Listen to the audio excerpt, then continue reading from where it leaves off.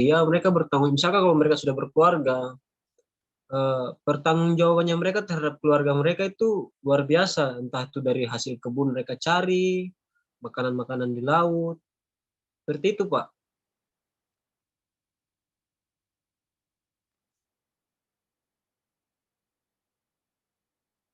Ya,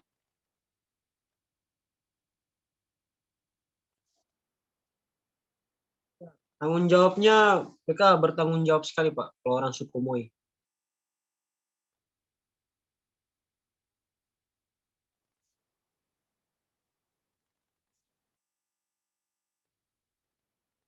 Eee,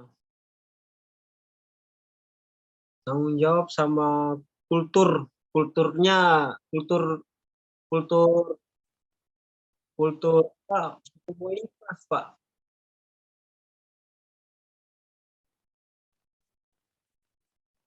Ya. Iya, Pak.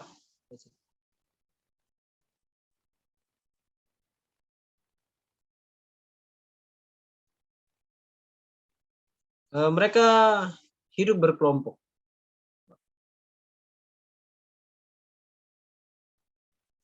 Jadi misalkan ada yang lebih tua dari dari antara kelompok ini, jadi tanggung jawab yang paling besar itu orang yang tertua dalam kelompok, Pak.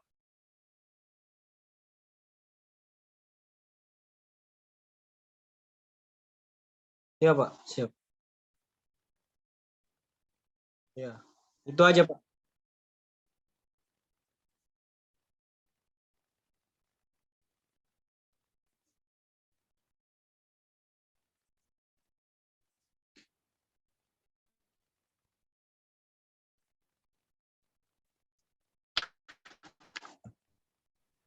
Kata kunci saya, Pak, kearifan lokal.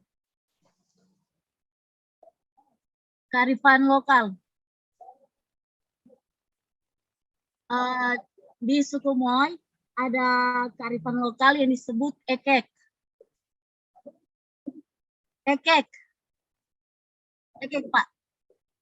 Di mana ekek?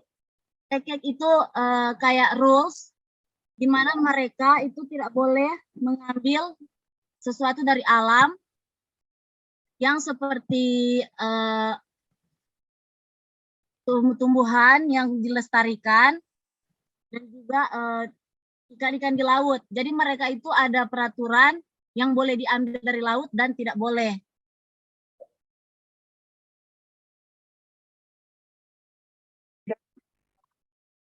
Ya, mereka sangat menjaga, itu udah turun-temurun tradisinya. Makanya ini yang kamu katakan, Oksana, sebagai kearifan lokal ya. Nah, Oke. Apalagi yang kamu lihat soal kearifan lokal, kayak menjaga kelestarian lingkungan, tidak boleh merusak lingkungan. Itu poin yang kamu mau angkat ya, Oksana ya. ya, Pak. Oke, good. Saya lihat kelompok ini sangat variatif ya, memberikan banyak sisi. Jadi saya memberikan nilai maksimal untuk kelompok 5 ya. Kelompok 5 betul ya. Oke, kita lakukan. Ya, betul. Ya. Terima kasih kelompok 5 ya. Kalau bahasa Belandanya Moi itu artinya bagus ya. Moi ya. Kalau di Kalimantan Amoy ya. Gitu. Kelompok 6, maju.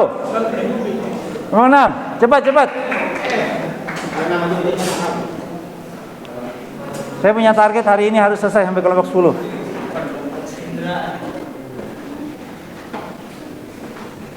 Langsung.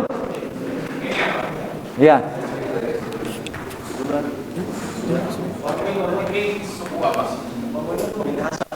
Minahasa. Oke. Nggak apa-apa, langsung aja. Tanpa harus tayangkan. Ya. Ini semua di sini apa yang di Zoom meeting? Ada sih. Oke, kamu mulai dulu. Yang Zoom meeting nanti menyusul. Oke, menurut saya toleransi di suku Minahasa masih sangat kuat. Satu kata, satu ungkapan. Toleransi, Pak. Apa? Toleransi. Toleransi. Iya. Toleransi. Ya, kenapa kamu bilang toleransi? Kita tahu Richard Eliezer itu penembak dari Yosua Huta Barat, orang dari Minahasa. Ya. Gitu. Kenapa? Kulturisasi di suku Minahasa atau ajaran suku Minahasa tentang Apa sebabnya kamu bilang toleransi? Coba kasih penjelasan. seperti saling menghormati, Saling menghormati. Apalagi? menghargai perbedaan agama. Menghargai perbedaan agama. Jadi di sana ada kan Minahasa mayoritas Kristen ya. Jadi agama-agama lain diterima. Kepercayaan lain kita ngomong lah, masjid berdiri di sana juga boleh. Boleh. Ini toleransi antar umat beragama atau toleransi dengan suku lain, begitu juga. Ya. Oke, ya good. Kedua, satu kata. Ananisme, Pak. Animisme. Kenapa kamu bilang animisme? Ananisme suku Minahasa kepercayaan mereka masih mempercayai kepercayaan nenek moyang atau penyembahan berhala dan 50% kepercayaan mereka ada nenek moyang kekristenan. Kan mereka semua tetap Kristen tapi masih animisme. Begitu ya? Masih percaya sama segala macam itu. Kepercayaan animisme ya. Iya. Oke. Good.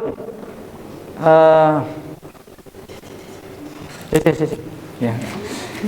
Satu kata. Unik, Pak. Unik. Apa yang kamu katakan? Ya, karena dalam budaya suku Minahasa itu bentur adanya itu panggung yang tinggi. Iya. Dan mereka juga menggunakan jenis kayu cempaka wasian, dan juga mereka memiliki alat tradisional peninggalan nenek moyang mereka yang hanya digunakan dalam acara yang tertentu saja, Pak. Oke, ini keunikannya. Ya, ini keunikan yang ada di tengah-tengah orang Minahasa ya. Saya baru dengar juga nih. Ya. Kalau animisme kita biasa dengar toleransinya tinggi ya. Orang Manado berkata orang semua bersaudara ya. Ada Mapulus dan segala macam, itu orang Minahasa punya tradisi ya. Tapi ini ada keunikan dari rumahnya, alat-alat yang dipakai, betul ya? Iya, Pak. Itu saja yang kamu mau katakan tentang keunikan? Iya, Pak. Oke, good. Satu kata. Modern, Pak. Modern. Iya. Kenapa kamu bilang orang Minahasa itu modern? Karena dulu waktu orang Minahasa itu tanam cengkeh, ya panen cengkeh luar biasa, mereka beli kulkas. Ternyata di kampungnya nggak ada listrik, jadi modern mereka. Gitu ya. Ini nggak tahu beneran apa nggak ceritanya nih, ya, enggak. Oke, modern. Kenapa kamu bilang modern? Karena itu ini Pak, karena ini yang suku Minahasa ini nggak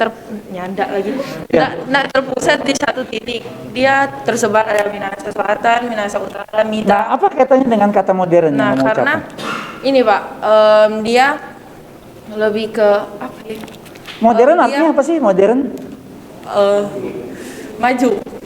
Oke. Dia- Kamu pakai istilah itu, saya ikutin coba. Apa yang kamu katakan orang Minahasa itu modern atau mau maju? Karena ini Pak, sistem ini Pak, Masyarakat? Iya, sistem masyarakat mereka Pak, nggak di pelosok. Aduh, susah. Jadi mereka itu tersebar. Kamu bahasa roh deh, saya terjemahkan nanti. Saya akan minta karunia menafsirkan bahasa roh deh. Ya. Karena ini Pak, mereka aduh Tuhan. Jadi mereka tuh ketika menerima kemajuan teknologi, terbuka nggak sama masyarakat pendatang? Nah, iya Pak, terbuka. Kampung-kampung di sana tuh mereka nyerap nggak teknologi? Iya Pak. Perantau-perantau orang Minahasa pas balik ke kampung diterima nggak apa yang mereka bawa dari perantauan? Semua diterima Pak. Kalau mereka ngomong soal level, kan kita tahu ya, kemarin minggu lalu kita bahas ya, ada masyarakat yang tertutup, betul nggak? Nggak mau pakai teknologi segala macam. Ini kebalikannya orang Minahasa. Orang Minahasa tuh very open wide. Begitu. Oke. Memang sih kelihatannya begitu ya. Ya mungkin karena peninggalan juga warisan, kan kita tahu zaman Belanda dulu guru-guru banyak orang-orang Minahasa ya. Jadi lebih modern gitu ya, maju ya. Oke, baik, terima kasih. Yang di Zoom ada? Siapa yang di Zoom? Matthew. Siapa? Matthew. Oke, silakan. Satu kata. Kalau dari saya peduli, Pak. Peduli. Kenapa kamu katakan peduli orang Minahasa? Nah, Minahasa terkenal dengan salah satu sistem tradisional gitu, yaitu Mapalus. Jadi Oke, itu kayak Mapalus. sistem kerjasama gotong royong bergiliran di dalam satu keluarga gitu, Pak. Jadi mereka ganti-gantian buat bantu satu sama yang lain kerja sama gotong royong. Setuju sekali. Saya pernah baca artikel bagaimana Soekarno menggali nilai-nilai Pancasila. Ya, salah satunya tuh Persatuan Indonesia. Dia mengatakan bahwa budaya Indonesia itu di setiap budaya ada nilai-nilai gotong royong, kebersamaan, Mapulus, ya Minahasa. Good, ini good point. Ini bisa diriset, saudara. Apakah Mapulus yang ada di Sulawesi Utara, di suku Minahasa, ya, tergurus nggak, luntur nggak dengan kemajuan zaman? Itu bisa diriset, ya. Oke, good. Kamu mau tambahkan lagi soal kepedulian ini? Enggak banyak. Oke, baik. Ya. Kelompok 6 ya, kelompok 6 ya, saya lihat memberikan presentasi yang baik. Kita berikan applause buat kelompok 6 ya. Ya, kita kasih tiket untuk ke Manado ya. Tapi tiket busway saja ya. Oke, terima kasih. Kelompok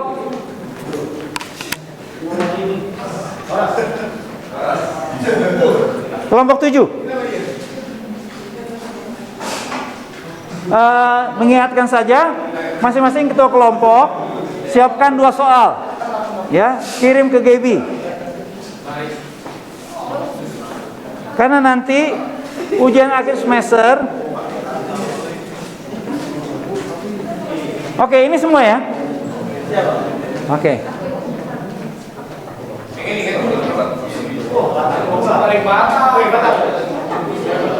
Oke.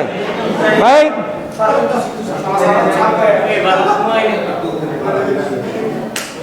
Baik, mulai satu kata. Dari aku. Iya betul. Kalau dari aku suku Batak itu yang pertama adalah satu kata pekerja keras. Pekerja keras. Sampai-sampai di suku Batak itu dia ada yang namanya prinsip Agabeon, Asangapon, Hamoraon. Jadi itu yang artinya dulu dong. Agabeon itu apa ya, kayak hormat itu, Asangapon itu kehidupan yang gimana ya, yang damai sejahtera, yang hormat. Hamoraon itu kekayaan. Jadi kayak mereka benar-benar bekerja keras sampai gini. Mereka ada prinsip pada saat kita merantau keluar dan kita nggak balik ke kampung dengan keadaan yang kita nggak bisa ngasih apa-apa ke mereka, itu sangat malu. Karena kita tahunya adalah orang Batak ditaruh dimanapun pasti hidup. bisa hidup, pasti hidup.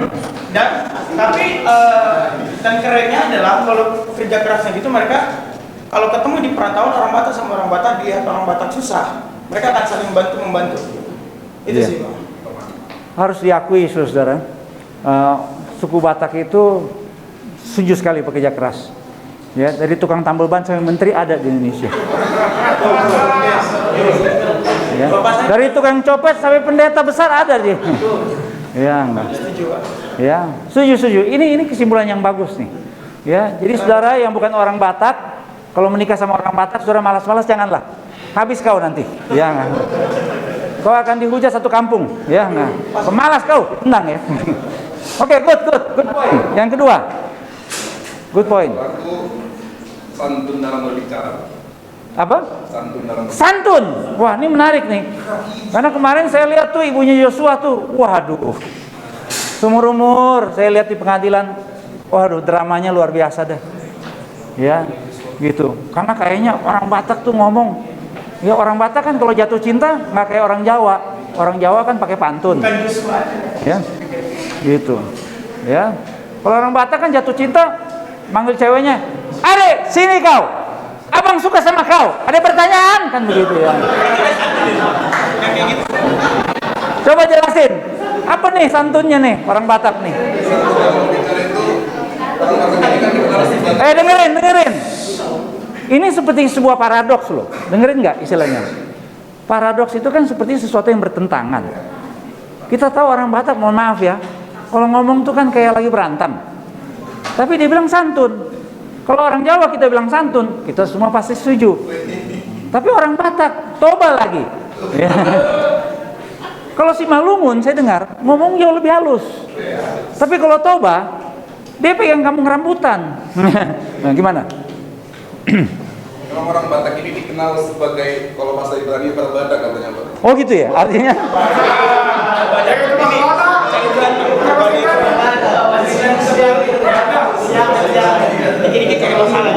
Nah, saya mau tanya dulu, definisi kamu santun itu apa ya? Definisi. Kalau berbicara kepada yang lebih tua itu sopan gitu Pak. Oke. Oh, ini good point nih. Karena saya harus akui, ini menarik ya. Minggu lalu saya baru makan sama teman saya Peris Nenggolan. Ya, ini BTL, tembak langsung, datang ke Jakarta jadi perantau, kerja keras untuk biaya kuliahnya di UKI, jurusan hukum, jadi tukang parkir di Monas. Tapi sama kakak ipar saya diajak ke gereja, masuk ke gereja yang gembalanya pendeta Ade Manuhutu, bertobat terima Tuhan Yesus. Sekarang udah jadi PDP, ya, di GBI, ya, Peris Nenggolan, gitu ya. Nah, itu aktif kumpulan kampungnya. Orang Batak itu bilang, jadi di gereja kami itu ada Panjaitan. Nah, usia kayaknya Peris lebih tua, tapi Nenggolan menganggap Panjaitan itu kayak lebih di atas levelnya. Iya, emang benar. Sehingga ketika si Panjaitan Pak Bobi ini WhatsApp si Peris tuh nggak berani ngelawan. Iya, memang gitu Pak. Nah, apa itu yang masuk santunnya di situ? Waduh. Jadi dengerin saudara, dengerin. Ya. Jangan salah menilai orang Batak. Walaupun mereka bicara sepertinya lagi mau gempa bumi, kebakaran gitu ya. Tapi nilai-nilai santunnya itu. Ya, saya pernah khotbah di sebuah kantor perusahaan asing. Yang jemput saya itu Simanjuntak. Dia punya gelar MSc. Di atasnya dia udah bule. Jadi dia orang Indonesia yang tertinggi di kantor perusahaan asing. Dia jemput saya di lobi, kami masuk lift, ASS yang bagian bersih-bersih lift masuk, Simanjuntak juga. Langsung dia ngomong lah bahasa Korea. Halo. Ini naik nih. Tiba-tiba udah denger gitu, dia peluk nih. Ini bapaknya ASS, padahal dia kantor tertinggi di situ. Pas keluar dia bilang, saya mesti panggil dia Pak, itu tulang saya. Padahal dia itu tertinggi, saya mau cari dia. Itu orang Batak loh. Iya enggak? Sudah nggak ketemu gini di Amerika. Di Amerika presiden pun dihujat. Iya, gitu ya. Good point kamu. Ya, udah, kamu berangkat sana. Ya. Yang ketiga, wah ini menarik nih. Lama-lama gue jadi pinter nih kalau sama orang Batak nih. Ya enggak? Persaudaraan, oke. Wah ini menarik juga nih. Waduh, tadi saya baru cerita tuh kayak persaudaraan ya. Ya, gitu. Gimana? Jadi orang Batak ya, terutama di perantauan, dia sangat erat yang namanya tali persaudaraan. Misalnya nih, nanti aku sama warga Simatupang, terus nanti ketemu saudara Siburian, pasti nanti jatuhnya tidak akrab. Atau misalnya sama di perantauan sama ketemu orang Batak, pasti tali persaudaraannya erat banget. Karena Setuju. buat kami pertemanan itu sangat paten lah, paten kali lah. Makanya dulu ya perusahaan bus PPD itu pimpinannya orang Batak. Itu membuat katanya semua kondektur dan supir bus orang Batak semua. Gara-gara pimpinannya PPD itu orang Batak. Ya. Jadi kalau di atasnya orang Batak, di bawahnya semua ya orang Batak begitu ya. Persaudaranya tinggi ya. Ya, di Indonesia tuh dua suku, orang Toraja sama orang Batak gitu ya, enggak. Kalau sudah menikah sama orang Batak, itu sudah menikah dengan satu toba. Ya. Mau jadi saudara ya. Karena adik Parko juga baru si Tompul, ya enggak. Jadi saya tanya sama adik saya, gimana lu kayak orang Batak? Pusing gue katanya, semua saudara katanya gitu. Ya. Malah dia mau dikasih marga, cuma mesti diadatin dulu katanya. Gitu. Ya. Oke, good, setuju sekali. Ya, ini poinnya gue yang saya tunggu-tunggu nih. Ya, harus muncul. Karena tidak ada yang lawan saudaranya orang Batak. Makanya coba lihat, ketika Huta Barat disakiti, semua Huta Barat seluruh dunia masuk di YouTube. Ya, kumpul dana. Ya, salah perhitungan tuh. Ya, nggak boleh, don't mess with orang Batak. Ya, Satu kata. Kesenian, Pak. Kesenian. Kamu bilang kesenian. Kalau kita lihat orang Batak ya, kalau di Indonesia ini kebanyakan pemain musik apa? Penyanyi ya. Penyanyi, Betul. pemain musik itu kebanyakan dari orang Batak. Betul. Dan mereka bukan sebatas pemain aja, tapi biar kelihatannya jago misalnya dalam Betul. beralih. Ya enggak. Mana mic buat ini? Buat ini. Ini. Ya. Jadi kesenian ya. Betul ya. Memang orang Batak, waduh, harus kita akui untuk soal nyanyi, waduh, ya. Dulu waktu saya masih kecil-kecil, masih SD, ada Edi Silitonga. Itu penyanyi top Indonesia, ya. Dan Edi Silitonga itu suara lengkingannya luar biasa. Dia pernah ditanya, Bang, dari mana tahu orang Batak itu penyanyi? Pas lahir. Oh, pas lahir nangisnya teriakan, penyanyi dia. Ya. Makanya di Silitonga dulu, ya pernah kecelakaan waktu naik beca dari Senen, terguling becanya, pas mau dibantu orang nggak jadi bantu, karena pas dia terguling langsung diangkat suara, biar ku sendiri, ya. Kayaknya gue ngaco deh. Oke, good, ya harus kita akui saudara. Hampir setiap gereja GBI pasti yang melayani musik. Di Singer gereja kami orang Batak banyak. Main musik orang Batak, ya enggak. WL kita orang Batak, ya enggak. Udahlah, ya. Kita bikin choir separuh orang Batak semua, ya. Udah jangan ditanya lah, ya enggak. Luar biasa, ya. Setuju? Mantap. Ini terakhir ya, ada lagi yang di Oke, kesimpulan. Kesimpulannya orang Batak lapor tua.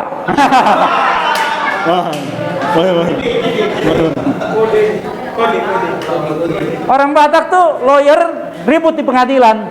Selesai dari pengadilan, ngumpulin di lapor tua. Langsung nyanyi sing so, nggak ada gangsing makan bakso. Ayo satu kata. Animisme, Pak. Animisme. Oke, ini menarik nih. Ya, ini pergumulannya seperti kayak orang dari Minahasa juga nih. Jadi orang-orang Batak yang masih sangat tradisional itu mereka masih Formalin percaya, ya? Kepercayaan formalin betul ya? Mereka masih percaya sama orang-orang nenek moyang, Pak. Masih percaya sama dia Batak melajarin nabol entar songan dia habis kalau belum. Jadi kalau kamu kelompok ini menemukan data, berapa persen orang di Sumatera Utara, di Toba, orang Batak yang ngakunya Kristen tapi masih animisme? Ada datanya nggak? Seberapa persen? Kalau datanya belum ada seberapa persen, tapi kalau kamu pakai pengamatan lah. Kalau pakai pengamatan sekarang sih sekitar paling ya tinggal 30% gitu, 40%. Udah nggak terlalu banyak, tapi ya memang walaupun dengerin, kalau pakai ilmu statistik, dengerin baik-baik saudara. Ilmu statistik itu pakai skala Likert. Skala Likert tuh nilainya 1, 2, 3, 4, 5.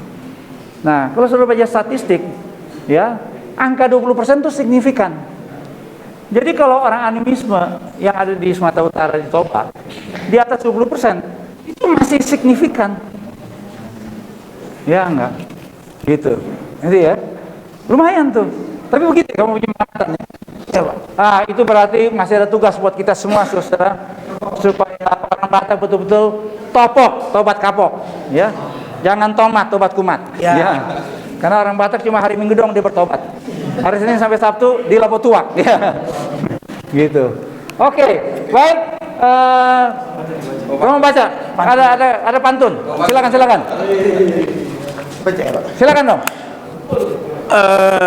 Siti masih gepak golang-golang pangarauna tensongoni pe hasilna tupah saya godang mapinasuna. Kalau ini tuh gini Pak, ini tuh ciri khas orang Batak juga. Kalau mau makan ya di acara adat atau memberi sesuatu ke orang, jadi ngomongnya kayak gini. Jadi dibilangnya walaupun sedikit yang kami kasih biarlah menjadi berkat gitu Pak. Weh. Good. Itu selalu di acara Batak selalu. Acara Batak selalu gitu ya. Oke. Saya mesti ingat nih supaya saya ngerti nanti. Ya. Oke, terima kasih. Saya berapa kali di acara keluarga orang Batak pimpin kebaktian. Selesai kebaktian langsung dibilang, Pak Pendeta, Pulang aja katanya. Habis ini ada acara adat. Nanti Pak Pendeta pusing, ya enggak? Karena ngomongnya semua kayak begini, gitu ya enggak? Oke, baik. Good, kelompok berapa nih? 7, very good, ya. Nilai maksimal, ya. 30%, ya. Gitu. Sekarang kelompok 8.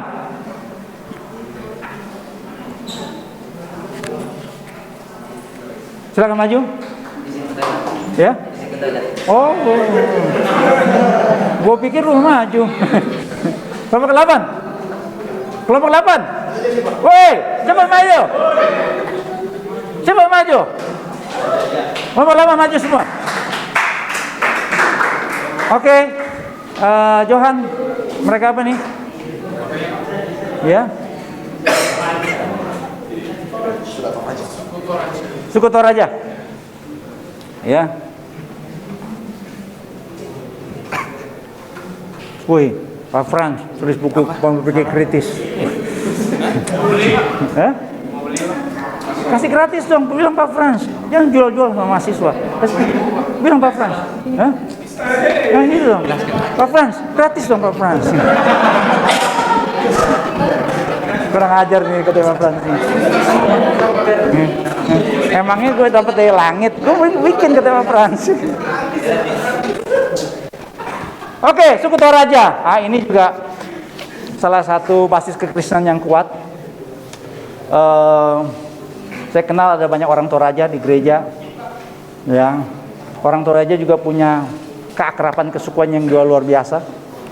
Ya, tadi saya singgung orang Batak sama orang Toraja itu ada kemiripan dalam hal apa? Persaudaraan yang tingkat tinggi. Ya. Satu kata, Toraja. Unik. Unik. Kenapa Bapak bilang unik? Pertama dari pemakamannya. Uniknya apa? Karena budayanya, ketika cara hidupnya, pemakamannya Pak pada saat pemakamannya. Dengerin baik-baik. Pemakamannya orang Toraja itu jadi objek turisme. Kenapa kamu bilang pemakamannya unik? Pertama, pemakamannya adalah kayak seperti dia dikubur di Gua Londo. Bener ya? Dulu tuh katanya mayat sudah berjalan ya? Ya, benar. Itu namanya Manenek. Kamu orang Toraja? Ya, saya orang Toraja. Gitu? Pernah lihat gitu-gitu? Belum sih. Belum? Kamu pengen jalan gitu? Hah? Oh enggak ya? Oke, good. Jadi kamu bilang keunikan dari pemakamannya. Ya. Kenapa pemakamannya orang Toraja itu unik? Apa maksudnya? Jadi ketika ada orang meninggal, mayat itu bakal dikubur bisa sampai beratus tahun, puluhan tahun, baru bisa dikubur. Kalau alasannya sudah melewati namanya Rambo Salu. Oh, oke. Makanya orang Toraja itu biaya pemakamannya mahal ya? Ya, benar. Ya, mesti potong kerbau dan kerbaunya mesti albino ya? Ya sih. Makanya saya tahu teman orang Toraja sampai mesti berhutang. Ya benar. Ya, nggak main-main. Hutangnya itu bukan 1-2 juta, bisa sampai miliar. Ngeri. Ya, waduh, ini jadi pergumulan buat banyak orang Toraja ya. Makanya banyak orang Toraja langsung lari keluar dari rantai pau. Kabur dari rantai pau, ya. Oke, good point. Dengar baik-baik, saudara. Ini ujian mungkin saya akan keluarkan. Ya, apa yang unik dari orang Toraja? Ya, apa? Pemakamannya, karena di Petamburan.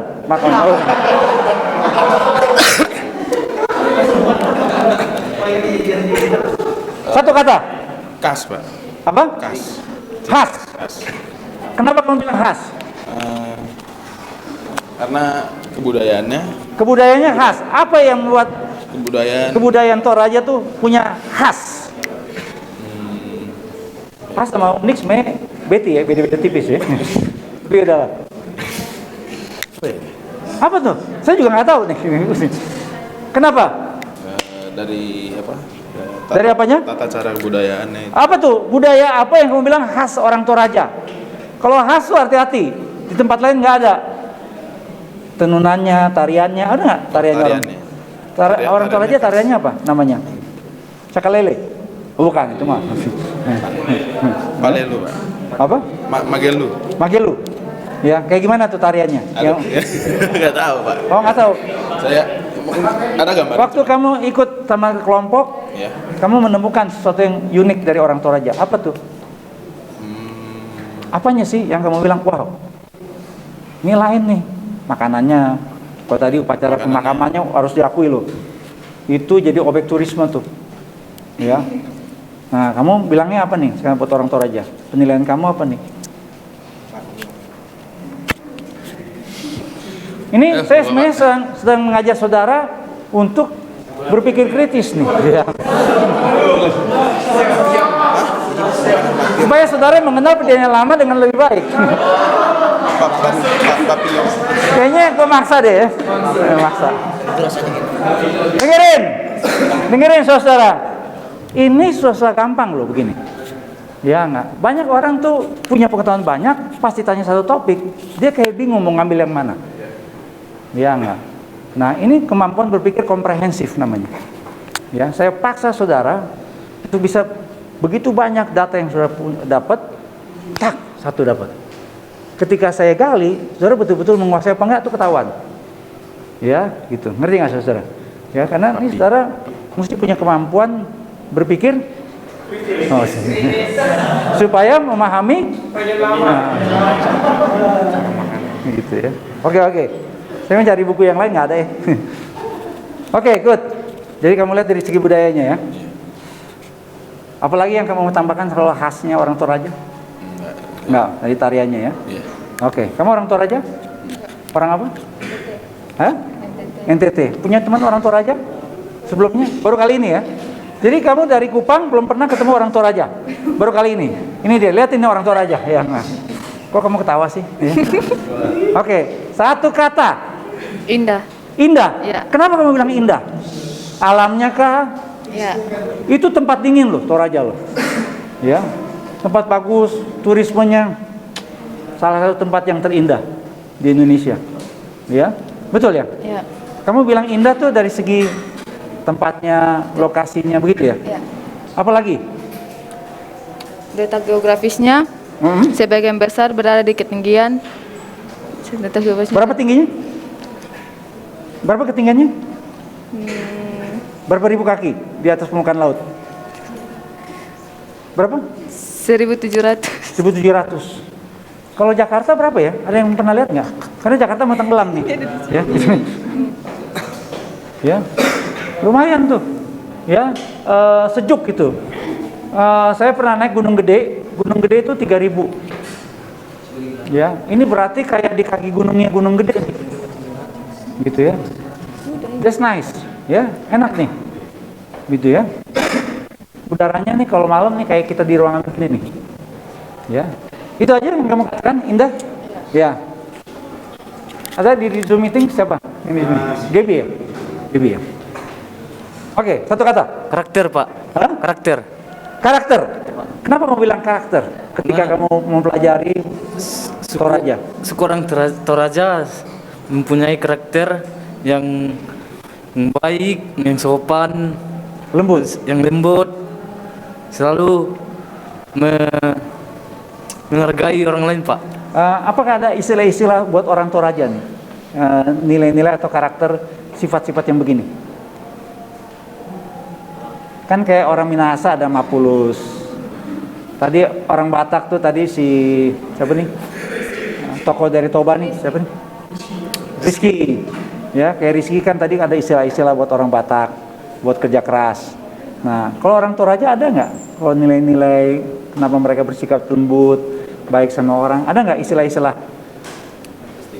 yang kamu pernah dengar? Nggak ada. Tapi dengan begitunya sendirinya ya. Sudah kayak dari budaya, dari nenek moyang ya, gitu. Memang saya hampir nggak pernah dengar orang Toraja jadi preman tuh. Ya nggak. Ya ada kebanyakan jadi guru, jadi pendeta. Iya, ya, benar. Yang jadi preman tuh orang Ambon, Batak, sama orang. Saya nggak pernah dengar debt collector orang Toraja, nggak ada. Yang ada debt collector ya itu. Mohon maaf ya, nggak nyinggung, menyindir. Ya. Oke, good. Gaby, ayo Gaby, kasih satu kata buat kita nih. Apa Gaby? Gibi suaranya, Johan. Suaranya kok nggak kedengaran? Hah? Nggak kedengaran? Oke, ya. Apa? Gibi? Kerbau. Oke. Weh. Gibi, kenapa kamu bilang kerbau? Karena biasanya digunakan buat pertanian. Pertanian. Sama transaksi jual tanah, juga buat pesta-pesta. Gibi, sampai hari ini kah tradisi yang melibatkan kerbau di dalam ya, dari jual tanah, pesta, ya, upacara-upacara masih sampai hari ini, Gibi?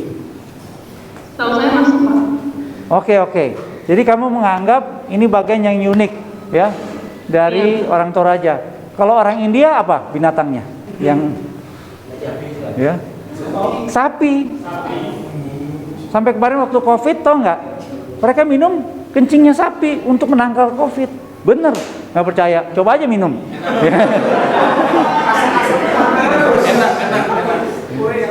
Oke, Gibi, apalagi Gibi yang kamu nilai dari segi kerbaunya?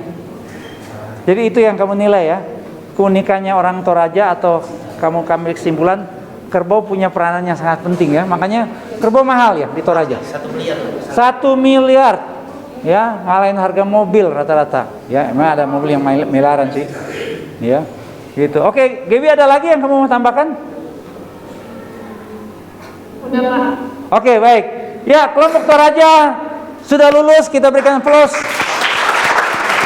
Good. Ya, silakan. Terima kasih untuk kelompok Toraja yang sudah bolak-balik ke Toraja ya, sampai mereka naik getek ya, kembali ke kampus. Kelompok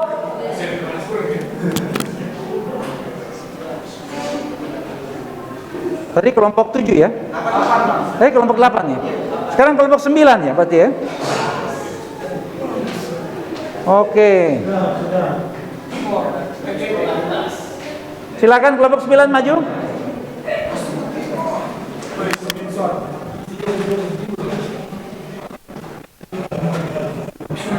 Oke. Wih.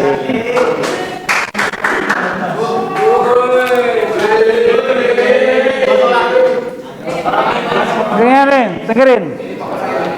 Ini kalau kasih penilaian udah dapat nilai plus nih. Ya, udah sama-samanya duduk aja. Penampilan ya. Dengerin baik-baik saudara. Ini juga perlu kreativitas, saya hargai saudara. Walaupun nanti mungkin ngaco-ngaco, saya tetap hargai ya. Karena dalam dunia komunikasi, kata-kata kita cuma 7%, intonasi kita 38%, tapi penampilan kita 55%. Mereka ketika menampilkan suku Timor, mereka sudah pakai khas Timor. Ya, itulah sebabnya. Mari kita selesaikan. Ya, nggak udah ya. Oke, silakan satu kata. Ya. Dua kata bisa, Pak. Ya. 2 kata. Coba. Hari arwah. Arwah, itu dia. Ya, saya nggak tahu apa itu. Ya, jelasin apa itu. Oke, baik. Di suku Timor itu setiap tahun ada namanya Hari Arwah. Apa? Hari Arwah. Hari Arwah. Ya, itu tepat pada tanggal kemarin 2 November. Wih. Itu Hari Arwah. Kayak gimana itu? Kayak bagaimana tuh pacarannya? Jadi gini, tanggal 1 itu di sana dilakukan misa pada orang-orang kudus, dan pada tepat tanggal 2 November kemarin itu dijadikan hari libur di sana, tanggal merah. Jadi itu khusus di NTT? Ya, khusus di Pulau Timor itu, di suku Timor.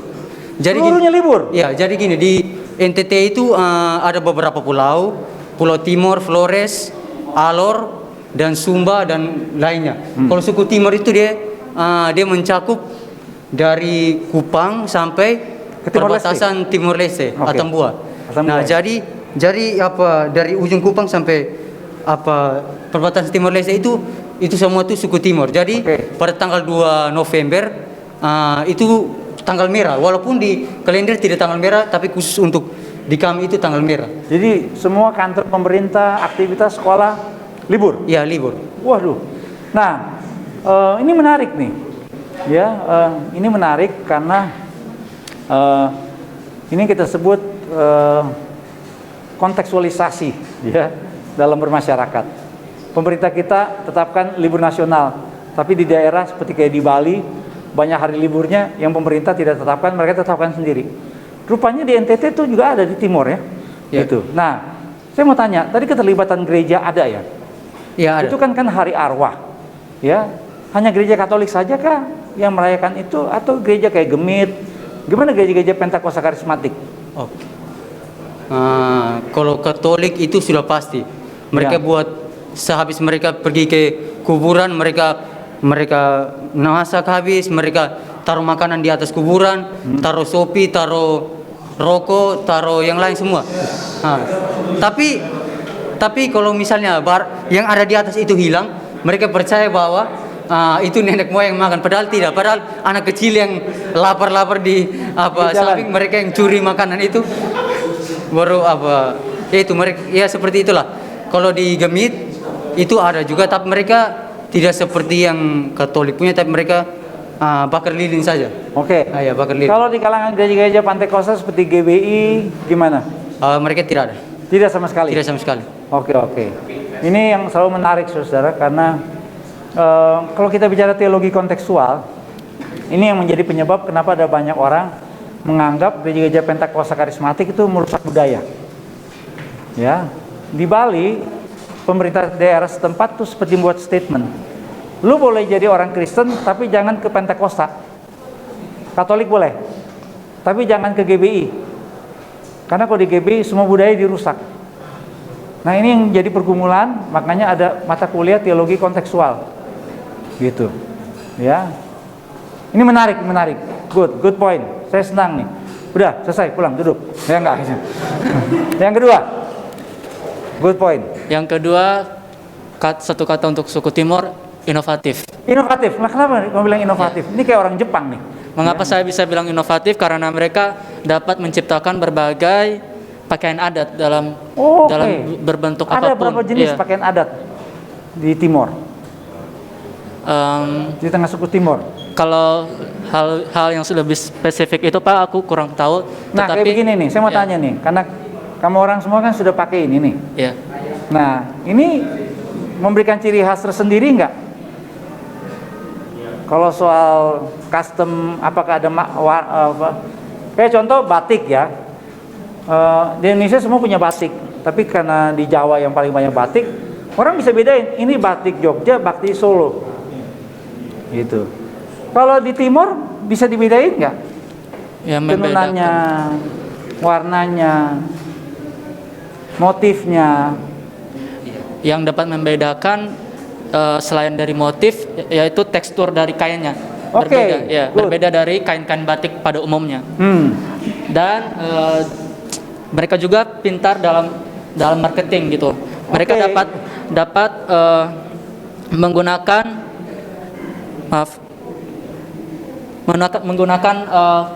hasil-hasil karya mereka untuk menjadi cuan. Maksudnya ada profit ya? Iya. Gubernur NTT yang sekarang siapa namanya? Victor Reskoda. Nah, itu istrinya, ya. Karena dulu saya pernah, rumahnya kan di Kebayoran Jakarta. Itu dulu ada kebaktian buat para mantan preman. Nah, teman saya di situ yang ya boleh katakan jadi pengurusnya lah ya. Nah, istrinya Pak Gubernur itu punya bisnis pakaian Timur loh, yang artis-artis pakai ya nggak. Waduh, ini menarik nih. That's right. Benar. Oke, good. Ada lagi yang kamu utamakan? Itu saja Pak. Itu saja. Oke. Good point. Ya, menarik, inovatif. Yang ketiga, friendly. Kenapa kamu bilang friendly? Ya, rasa kekeluargaan itu rasa kekeluargaan yang tinggi juga. Ya, kayak saling bantu dan saling tolong satu sama lainnya. Dan kalau orang Timur ketemu di perantauan seperti orang Batak nggak? Saling menopang, bantu. Persaudaranya tinggi nggak kalau di perantauan? Iya, masih kalau sesama. Kalau orang Timur ada kumpulannya di daerah-daerah seperti Jakarta? Ya, ada dong. Kalau orang Timur itu kayak gini Pak. Mau NTT, Ambon dengan Papua itu sebenarnya kayak satu rumput. Ya, maksudnya kami tidak satu provinsi tapi kami saling menganggap itu bersaudara. Akrab ya. Ya. Soalnya kalau ketika ke perantauan, kumpulan kami itu biasa disebut Melanesia. Oke. Ya, dulu saya pernah pimpin Natal kebaktian dari Tamatan Akapol HIT, ya, Himpunan Indonesia Timur. Ya. Jadi orang-orang dari timur. Itu semua betul yang kamu bilang dari Melanesia. Good point. Oke. Ada lagi yang mau tambahkan? Udah sih. Ya. Ya. Satu kata. Pemulihan. Pemilihan. Pemulihan, Pak. Pemulihan. Nah, kenapa kamu bilang pemulihan? Oke. Kenapa saya memberikan satu kata untuk suku Timur itu tentang ini istilah karismatik banget gitu ya.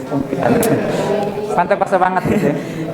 Pemulihan itu karena dari referensi yang kami dapat, ya, itu misionaris dari Belanda itu pertama kali datang ke suku Timur itu di tahun 1613. Oke. Nah, di saat itu Raja Kupang itu dia percaya sama Kristen, dia terima Kristen di saat itu. Nah, habis itu lanjut lagi di tahun 16. Poinnya, kenapa mau bilang pemulihan? Nah, alasannya apa? Ini pemulihan apa? Antara manusia dengan manusia atau manusia dengan Tuhan? Antara ini pemulihan apa nih? Manusia dengan Tuhan, Pak. Oke, jadi kamu bilang orang Timur ini terbuka terhadap Injil Kristus. Iya. Sehingga mengalami pemulihan hubungan dengan Tuhan. Begitu, itu poinnya. Ya, di saat itu. Nah, di tahun 1670 itu kan ini kamu mau kemana nih? Ini kamu ngajak sejarah. Iya, sejarahnya. Jadi kan sejarahnya kan ini keburu gua tuan. Misionaris dari Belanda kan. Misionaris dari Belanda datang ke suku Timur. Oke, tahu Belanda. Habis Belanda datang terus Jepang. Habis Jepang apa? Korea? Enggak, Belanda. Habis itu kan habis Korea Belanda datang. NCT. Habis Belanda datang, Raja Kupang dia percaya. Dia terima Kristen. Nah, habis itu datanglah pendeta. Nah, setelah itu datang lagi pendeta tapi nggak lama meninggal. Nah, yang sayangnya itu adalah sampai saat ini walaupun rajanya udah menerima Kristen, yang terjadi di sana adalah masih banyak orang-orang yang percaya dengan arwah-arwah, masih banyak yang percaya dengan nenek moyang. Berarti sebenarnya kamu punya kata bukan pemulihan. Apa itu, Pak? Animisme atau sinkretisme. Gitu, betul nggak? Ya, karena kalau ngomong pemulihan makanya tadi saya kejar. Kamu maksudnya apa nih, pemulihan dengan sesama apa dengan Tuhan? Kamu bilang kan dengan Tuhan.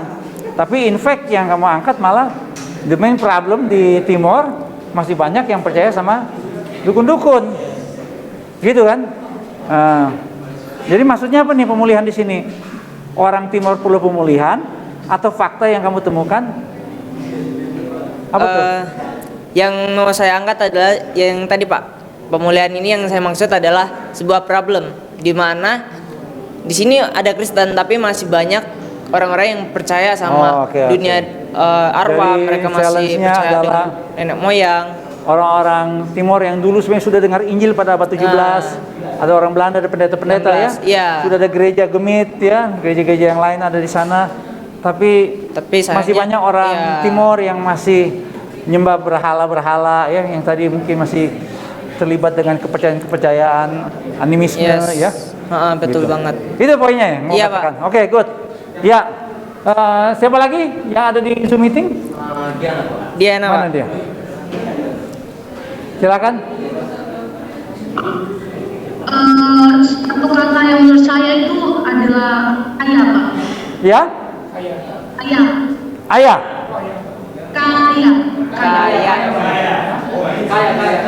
Kaya, Pak. Kenapa saya bilang kaya? Karena mulai dari dalam segala Pak, contohnya seperti alamnya kaya. Juga kaya juga ada aktivisme dan dinamismenya. Contohnya saya upacara rumah adat. Maksudnya kamu nih kaya dalam hal budaya apa resources? Semua, Pak, keseluruhan. Jadi kamu menilai dari segi aspek imaterial sama material gitu ya? Benar-benar, Pak. Oke, good. Begitu ya. Kalau di timur itu sangat kaya. Bukankah dalam tanda petik, mohon maaf ya, banyak orang timur yang merantau. Saya langganan minyak galon tuh. Kalau kirim ke rumah tuh orang timur semua. Saya tanya, kau dari mana? Dari Kupang, Pak. Kenapa cari kerja sini? Susah, Pak, hidup di sana. Gitu. Susah, Pak, mau makan bingung, Pak. Gitu. Jadi ini orang timur banyak yang merantau. Saya ke Bali, banyak orang timur yang kerja di Bali. Saya tanya, kau bikin apa di sini?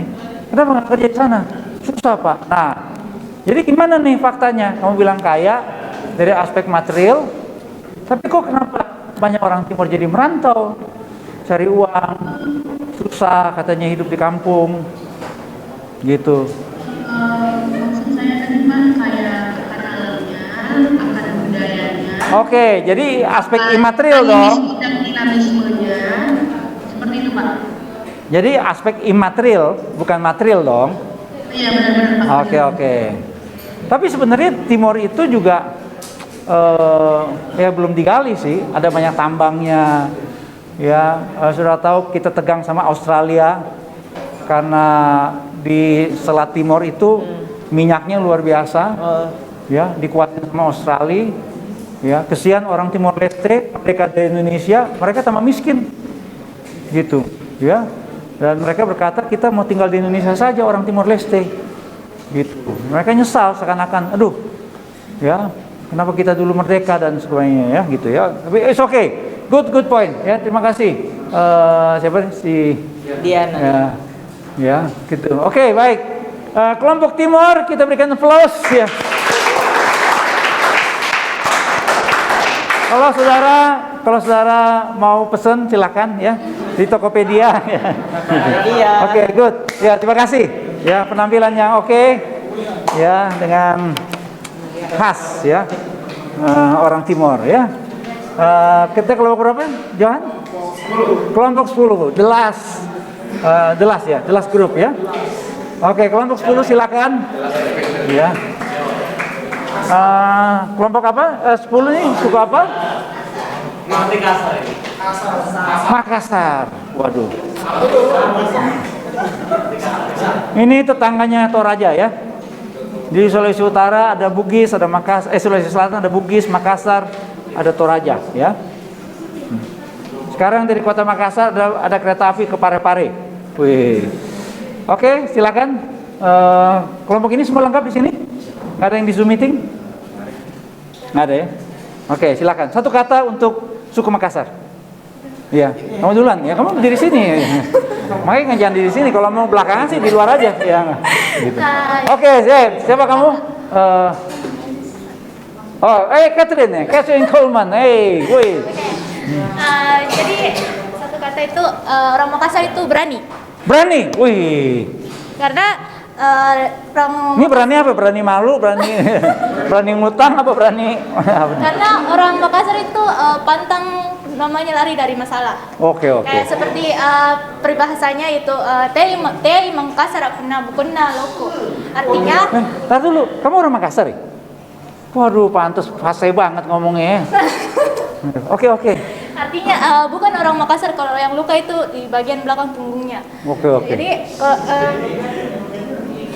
Jadi kalau kita itu lari dari masalah, kita akan dicap sebagai orang yang balorang. Artinya kita itu akan dicap sebagai orang yang penakut. Saya dengar kamu ngomong nih benar-benar aksen Makassar nih ya. Enak loh orang Makassar ngomong tuh kayak ada tidak ya enggak japa. Nah misalnya kita dalam duel maut kan sama. Itu katanya benar ya? Masuk dalam satu sarung pakai badik, begitu ya? Orang Makassar tuh punya tradisi loh. Kalau nggak suka sama orang, dibikin upacara. Dan itu diresmikan oleh kampung. Dua laki-laki nih mereka nggak suka, masuk dalam satu kain sarung, pakai badik, tusuk-tusukan. Betul ya, begitu ya? Ya, benar ya? Oke, jadi berani ya? Jadi kalau misalnya dalam duel maut kan dengan pihak lawan itu, kalau kita lari, pihak lawan akan kasih sebuah hadiah, yaitu badik yang menancap di bagian belakang punggung kita. Jadi kalau luka itu yang di belakang itu kita akan dianggap sebagai orang yang penakut karena Pengecut, ya? luka itu atau istilahnya bisa kita dianggap sama orang-orang bukan orang Makassar gitu. Gitu, Pak. Jadi orang Makassar ada yang tadi istilahnya. Bisa diucapkan lagi tadi ungkapannya? Bisa lagi? Kamu bisa ulang lagi nggak? Apa tuh? Yang mana, Pak? Yang tadi tuh yang di awal tuh. Seneng banget tuh dengarnya. Apa tuh? Coba kamu ngomong lagi coba, Catherine. Yang tadi tuh di awal-awal tuh. Bukan orang Makassar. Yang peribahasanya, Pak. Iya, yang tadi tuh, yang tadi. Kita pengen dengar tuh. Kita pengen disegarkan kembali, ya. Apa tuh? Apa tuh, Catherine? Catherine. Teh Mangkasar puna bokon na loko. Wih, yang artinya jauh dekat 5.000 rupiah. Good. Oke, good Catherine. Ya, good point. Ya, 2. Makmur, Pak. Makmur. Waduh. Ini makmur apa nih? Terima. Tuh lain lagi loh. Ya, karena di Makassar itu komunitasnya 2, Pak, dan dua-duanya sangat subur, laut dan daratnya. Jadi mereka hidup dari alam itu, mereka juga berlayar jadi perdagangan, Pak. Tanahnya di daerah Makassar itu Sulawesi Selatan subur. Subur untuk pertanian, Pak. Pertanian ya, Iya. oke.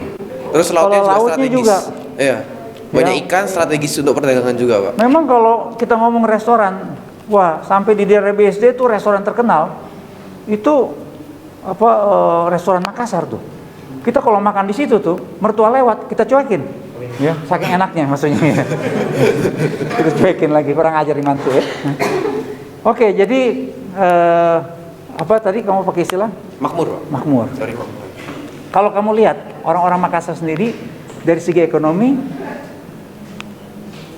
termasuk kelas yang kaya, saya nggak pakai istilah kaya lah, ya berkecukupan. Ada nggak orang-orang Makassar yang berkekurangan?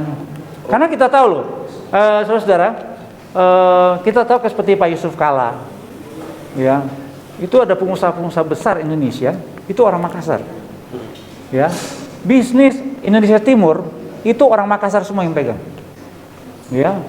Jadi untuk supply dari Jawa semua segala macam kan dulu mampir dulu di Makassar. Orang Makassar yang pegang. Gitu. Ya, ini yang saya tahu, ya.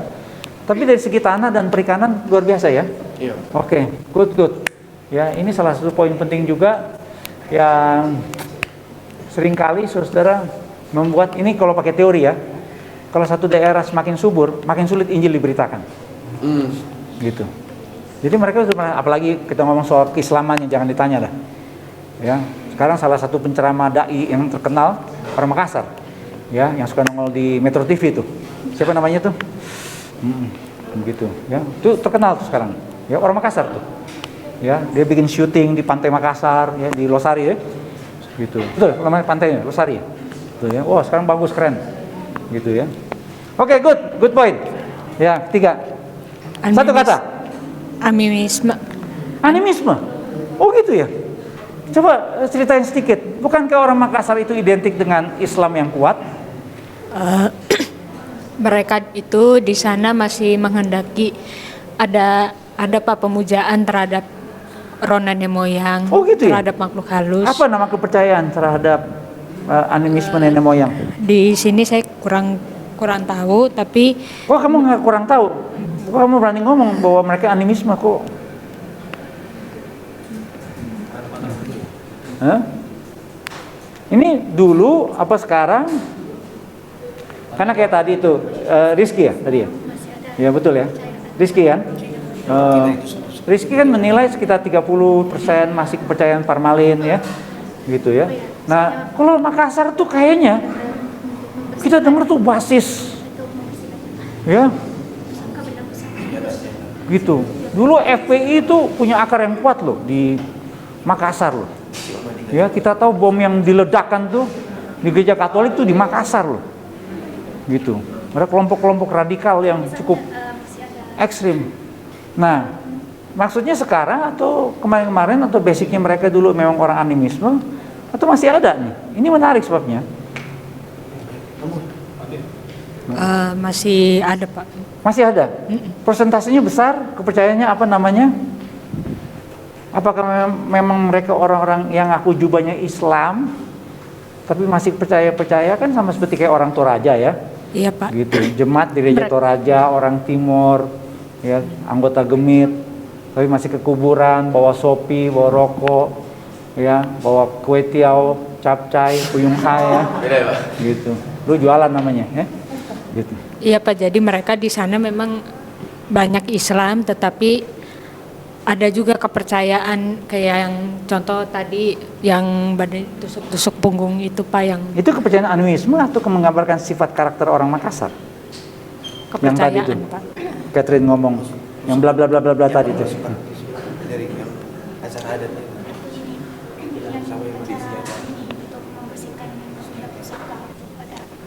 Ada kepercayaan batu pusaka, Musin. Iya, untuk masih sampai sekarang.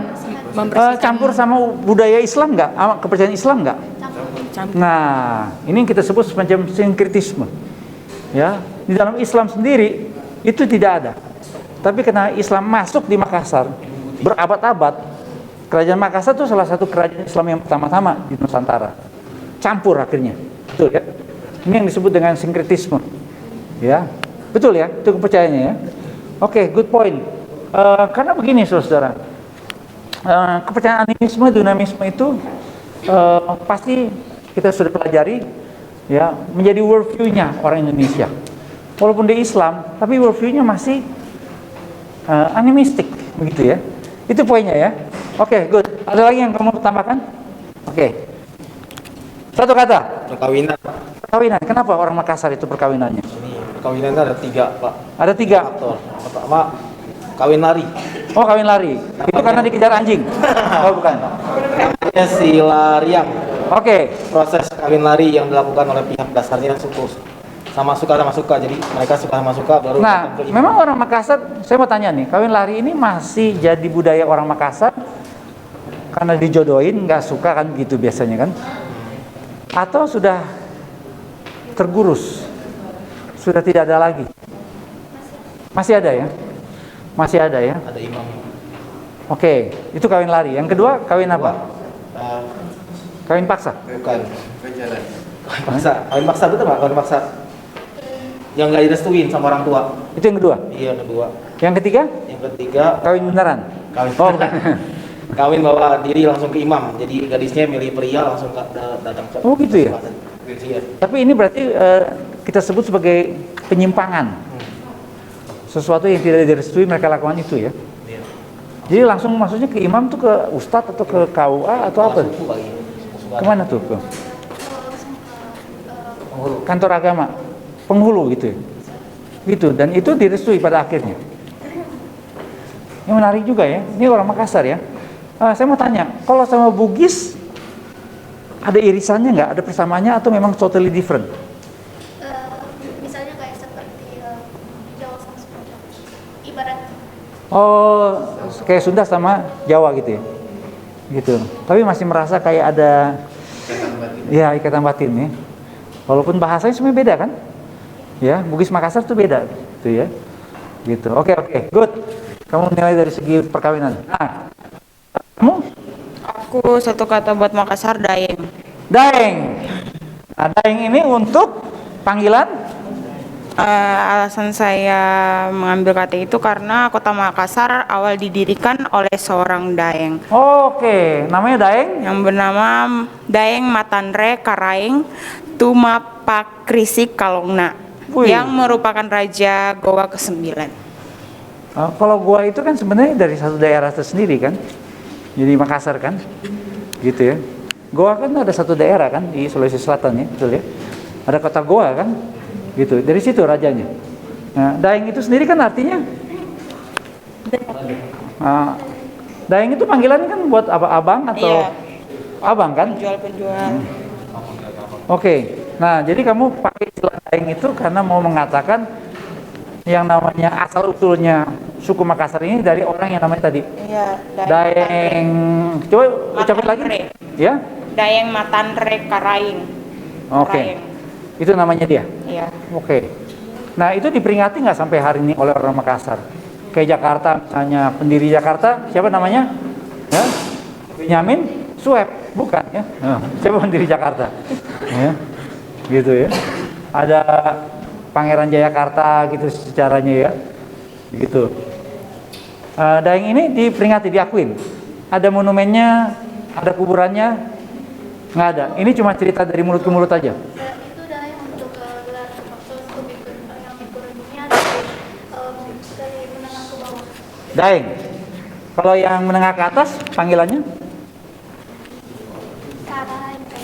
Karaeng. Kalau yang namanya Andi di depan? Itu Bugis, Pak. Itu orang Bugis ya.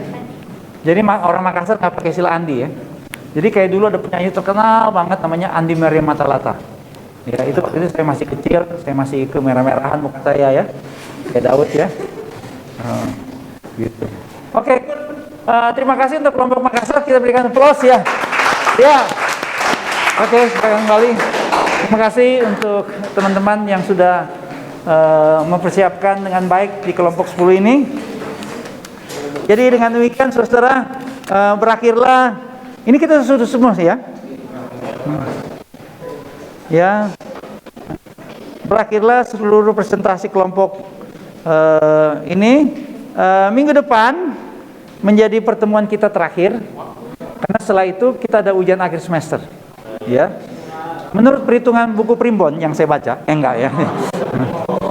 Ujian akhir semester kita akan terjadi setelah gerhana bulan tanggal. Kayaknya makin ngaco ngomong ya.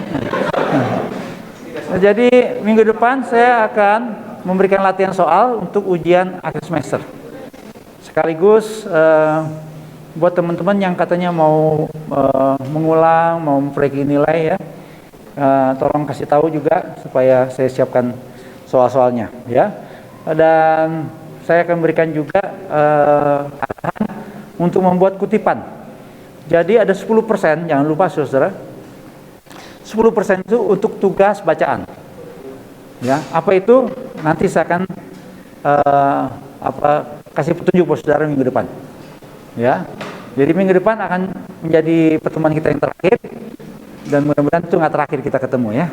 Karena kita masih berjumpa dalam kemuliaan Tuhan ya. Kita berjumpa. Lama-lama gue edarin kolektor juga di kelas ini ya. Oke. Ada pertanyaan mengenai kelompok ini? Tolong kelompok 1, 2, 3, 4, 5, 6, 7, 8, 10 kirim ke Gaby ya. Gaby tolong ya. Kasih 2 soal sekaligus jawabannya, karena itu akan saya masukkan di dalam ujian akhir semester. Ya, satu kelompok kasih 2. Jadi kayak saya Toba 2 pertanyaan. Ya, gitu supaya saya masukkan. Jadi pertanyaannya dari saudara sendiri. Gitu, saya akan pilih gitu ya. Dari 2 pertanyaan mana yang kira-kira saya bisa gunakan ya. Oke. Kalau kelompok saudara nggak kirim ya salah sendiri ya. Gitu. Sayang kan kalau saudara kirim Gaby, supaya Gaby masukin semua pertanyaan itu ya. Gaby ya tolong ya. Nanti Gaby kasih sama saya. Sehingga minggu depan itu kita udah jadikan latihan soal. Gitu ya. Satu kelompok 2 pertanyaan ya. Kayak tadi Makassar, misalnya pertanyaan tentang Daeng gitu ya, terus tentang sifat orang Makassar gitu ya. Ini bagian dari antropologi etnologi kita untuk ujian ya. Jadi ujian kita nanti ada teorinya, tapi udah banyak ke presentasi mahasiswa gitu ya. Oke, ada pertanyaan lagi saudara sebelum kita bubarkan kelas ini dengan penuh sukacita ya. Gitu, tidak ada? Baik. Terima kasih tadi yang dari kelompok terakhir, kelompok Makassar. Catherine boleh maju untuk tutup dalam doa ya. Gitu, karena tolong doa dalam bahasa Makassar ya. Kita rindu supaya Tuhan melawat Makassar ya.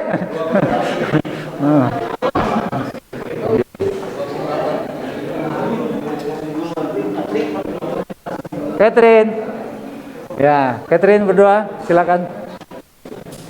Baik, teman-temannya ada di Zoom meeting ya. Jangan lupa minggu depan kita akan membahas ujian-ujian soal-soal ujian akhir semester ya. Oke ya, Johan ya. Kasih tahu sama teman-teman yang tidak hadir hari ini, yang mereka belum mendapatkan lawatan Tuhan ya. Kasih tahu mereka supaya berjaga-jaga di akhir zaman ya, karena hari-hari ini semakin jahat ya. Gitu. Catherine maju ke depan ya. Catherine ini adalah utusan misionaris dari Makassar. Ya. Bahasa Makassar fasih banget, waduh. Ya. Kita dengerin bahasa Makassar, bahasa Toba ya. Bahasa Timur tadi ya, waduh, luar biasa, kaya sekali Indonesia. Ya.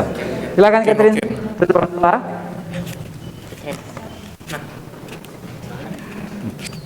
Oke, biar teman-teman di zoom in. Thank you. Ya. Nah, Catherine mau angkat 3 pujian dulu untuk Oke. Ya, silakan Catherine. Mari kita satu dalam doa. Terima kasih Bapak, terima kasih atas penyertaan-Mu Tuhan di sepanjang hari ini. Hari ini kami sudah selesai kuliah. Tolong berkati kami Tuhan agar apa yang kami pelajari tadi dapat kami ingat dan pahami Tuhan. Tolong berkati Pak dosen Tuhan yang sudah mengajar kami, yang sudah membagikan ilmunya kepada kami Tuhan. Dan hari ini kami akan pulang Tuhan. Tolong sertai kami Tuhan agar kami tiba dengan sampai ke rumah masing-masing. Terima kasih Tuhan, terima kasih dalam nama Yesus. Haleluya, amin. Amin. Terima kasih Catherine, Tuhan berkati. Sampai jumpa. God bless you all. Ya, thank you. Shalom. Thank you. Terima kasih. Johan, thank you. Teman-teman di Zoom meeting, see you again. Terima kasih. Thank you. Ya, terima kasih Bapak. Terima kasih. Kenapa tuh kepalanya? Johan, thank you. Siapa? Sama-sama. Sudah, Mei. Oke, thank you teman-teman. Tunggu.